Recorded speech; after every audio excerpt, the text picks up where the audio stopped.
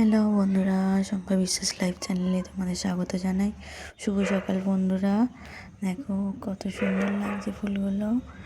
চলো বন্ধুরা, তোমাদের সঙ্গে একটা অন্য রান্নার রেসিপি শেয়ার করছি, পাস্তা। দেখো বন্ধুরা, পাস্তাগুলো আমি একটু নুন দিয়ে পাস্তাগুলো সিদ্ধ করে নিয়েছি। এখানে দেখো কী কী কেটে রেখেছি: আলু, ফুলকপি, টমেটো, পেঁয়াজ, কাঁচা লঙ্কা। দেখো বন্ধুরা, আমি এইভাবে আজকে অন্য ধরনের দুটো ডিম নিয়েছি। আজকে আমি একটা অন্য ধরনের পাস্তা বানাচ্ছি।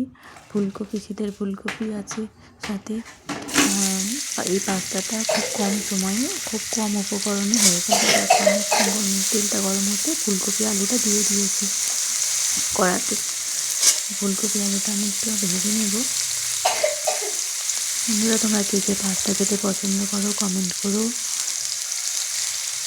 আর আমার চ্যানেলের ভিডিওগুলো প্রথম থেকে শেষ পর্যন্ত তোমরা দেখো। চ্যানেলটিকে লাইক, কমেন্ট, শেয়ার করো আর সাবস্ক্রাইব করো।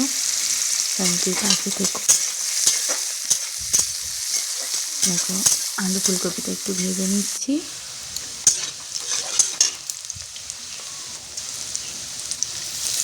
দেখো একটু ভাজা হয়ে গেছে, আর উপরে পেঁয়াজটা দিয়ে দিলাম, পেঁয়াজ কুচি।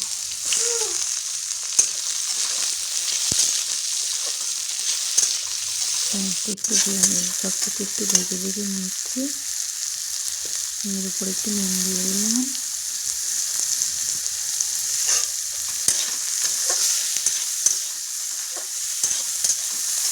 বন্ধুরা, তোমরা এইভাবে একবার পাস্তাটা বাড়িতে বানিয়ে খেয়ে আমাকে কমেন্ট করো। দেখো, এর উপরে কাঁচা লঙ্কা দিয়ে দিলাম। আজকে মেয়ের আবদারে সকালবেলা পাস্তা। দেখো, এর উপরে একটু ভাজা ভাজা হয়ে গেছে, একটু ডিমগুলো দিয়ে দিলাম কাটলে। এই শীতের সকালে একটু পাস্তা হলে মন্দ হয় না বলো বন্ধুরা? তোমরাও বানিয়ে খেয়ে বলো।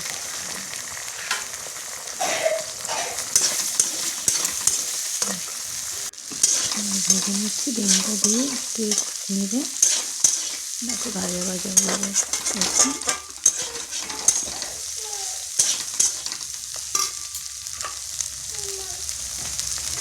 এরপরে টমেটো দিয়ে দিলাম।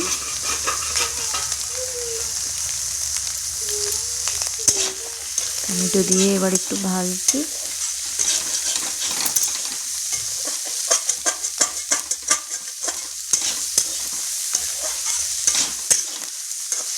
টমেটো দিয়ে একটু ভাজতে হবে। এত ভালো মোটামুটি রেডি।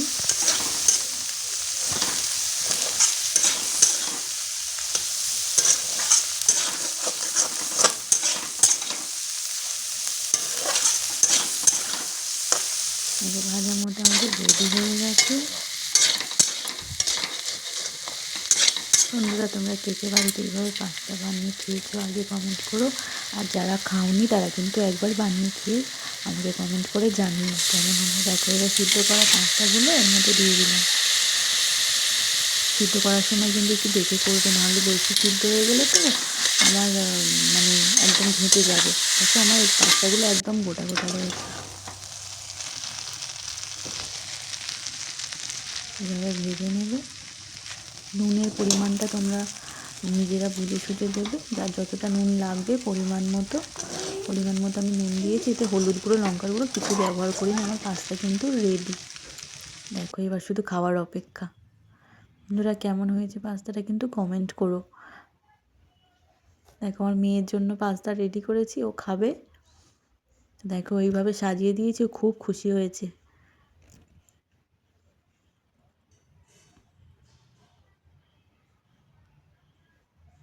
ভালো লাগলে কমেন্ট করো।